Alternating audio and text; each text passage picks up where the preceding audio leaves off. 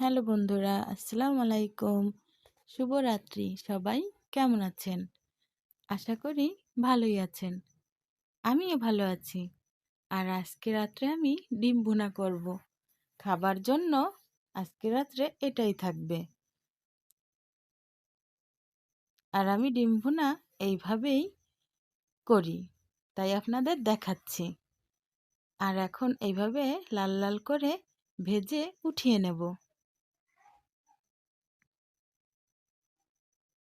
আর এখন আমি এর ভেতরে পেঁয়াজ কুচি দিয়ে নেব।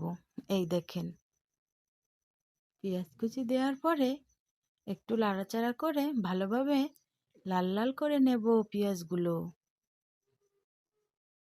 এই দেখেন লাল লাল হয়ে এসেছে। এরপরে স্বাদমতো মশলাগুলো এক এক করে দিয়ে নিচ্ছি। তারপরে এটাকে ভালোভাবে কষিয়ে নেব। তারপরে একটু পানি দিয়ে নেব এর ভিতরে। তারপরে মশলাটা একটু কষিয়ে তারপরে এর ভিতরে ডিমগুলো ছেড়ে দেব।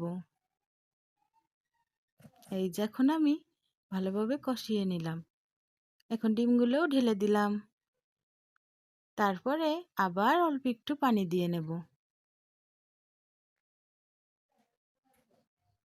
এই যখন দিয়ে নিলাম, তারপরে আমার ডিম ভুনা রেডি।